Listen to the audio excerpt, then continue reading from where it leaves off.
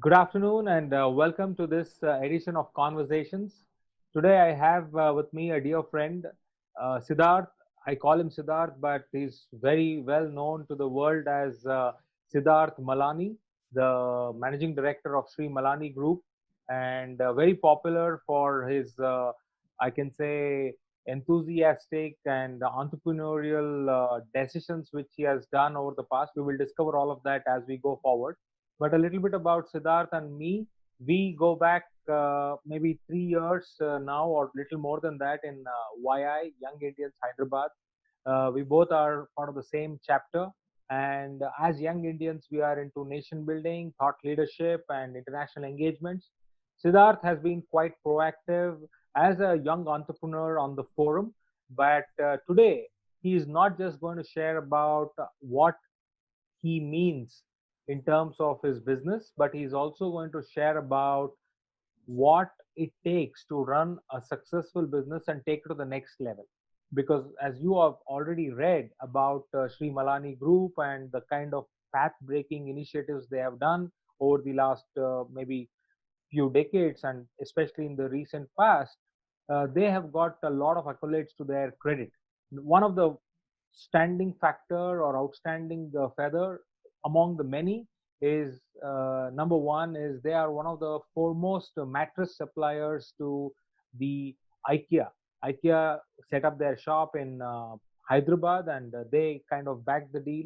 They also are in the process, if I may say, on setting up a great facility in eastern India, in Orissa. So we'll talk about that. And the one thing, the last thing I would like to tell in his introduction from what people can hear and read and see about Siddharth Malani and the group, the Sri Malani group, is their simplicity. Because I have known him, frankly speaking, I did not know he belongs to such a big conglomerate much before. But at the end of the day, the simplicity and the kind of clarity he brings to the table and the approachability with which he handles everything, amazing.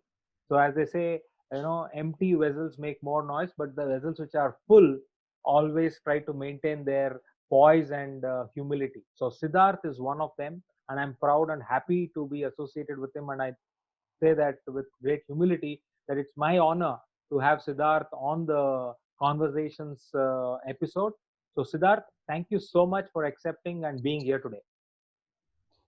Thanks a lot, Chandra.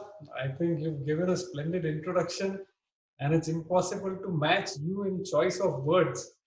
So I will not try to go down that road. But yeah, I think uh, it's been exciting to know you for the last, I think, a little more than 3 years. I think it's already 5 years because I've Yeah. been in YI for 6 years. It's been very nice to know you, and your zeal to take everything to the next level and on nation building is really admirable. So great to be with you today. Thank you, Siddharth. Thank you very much. So, as you all know who watch this conversations episode, we try to keep it very conversational, very informal, and we go with the flow. So, there's no kind of a structure to it, but there's tremendous value for all people. My target who watch this is basically young people across the country, college students, MBAs, young budding entrepreneurs, parents who wants to lead their children in the in similar direction. So for all of you, I hope that we have something of value by the end of it. Let's get started. And as they start, let's go back to Siddharth's childhood and family. Let's ask him that question. Siddharth, take us through your childhood, take us through your family, and tell us those fond memories from your childhood for all of us. Sure. So let me start off by giving some background about my family. So Malani family has been in Secunderabad now for little more than 150 years, and I am the seventh generation in Hyderabad. So quite Hyderabadi as possible. Basically Marwadi. So migrated from Rajasthan that time back, and yeah, my great grandfathers had the title of Diwan Bahadur and all from the Britishers and the Nizam also. So the founder of the family, one Seth Ram Gopal, he came to Hyderabad with practically nothing. In fact, his first business was he used to charge 1 rupee and give change of 55 paise, something like that. And from there, he built a massive business empire. And he was the foremost industrialist in the Nizam state and a very famous philanthropist with a number of statues, chauntries, and temples all around the state, which are managed by our family even now. Uh, so we grew up in a very large joint family, about 28 of us by the time I was born, and a huge house and bungalow because it was ancestral and old, 150-year-old. So practically devoid of any experience with neighbors or so, but all the experience was there within the family of 28 people. And extended Malani family, all the cousins and the other branches put together, we were about 50 odd people in Hyderabad. So a lot of fond memories there with everyone. And then schooling and all was very nice. Was very fond of my school, Hyderabad Public School. Of course, it has become very famous now because of a lot of alumni who have done really well. Satya Nadella, Ajay Banga, Shantanu Narayan of Adom, all of them are there from HPS. So that was something really to cherish. We enjoyed a lot, and even during those days, one rule was clear for us: exams, no exams, playtime is compulsory. So my parents, my father used to come home earlier during my exam times to ensure that I had 1 hour of serious sports time and playtime. How I performed in the exam was separate. So this was a different kind of childhood. Things were very structured. Malani family is known for being, following the timetable to the T, and we always used to have the fixed timetable. So it was very nice in that manner, and then yeah, very fond memories. Wow, I mean, it's fun to listen to that. I mean, the one thing which stands out for me is as much as there is structure to it, there is also a lot of variety to it. I mean, you said in your own way that you follow the timetable to the T, but then timetable to have a sports 1 hour, even on the day of an exam itself sounds fun because not many families, not many parents are kind of used to this kind of an idea.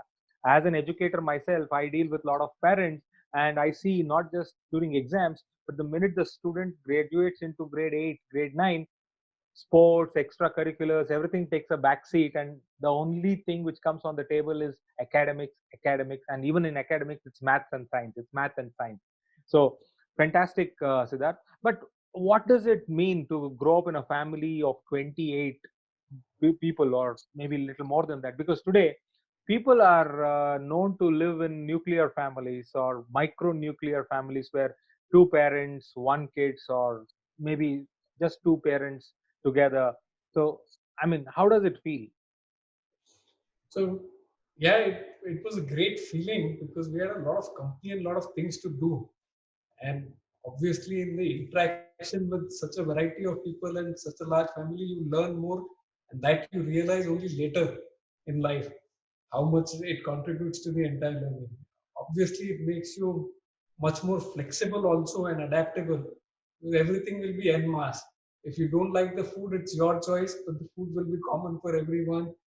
The timetable will be common. This time the car leaves for the school, so it leaves for that school. If your classes begin half an hour later, so be it. You spend time at school. It really helps that way. In the long term, you realize that only in retrospect.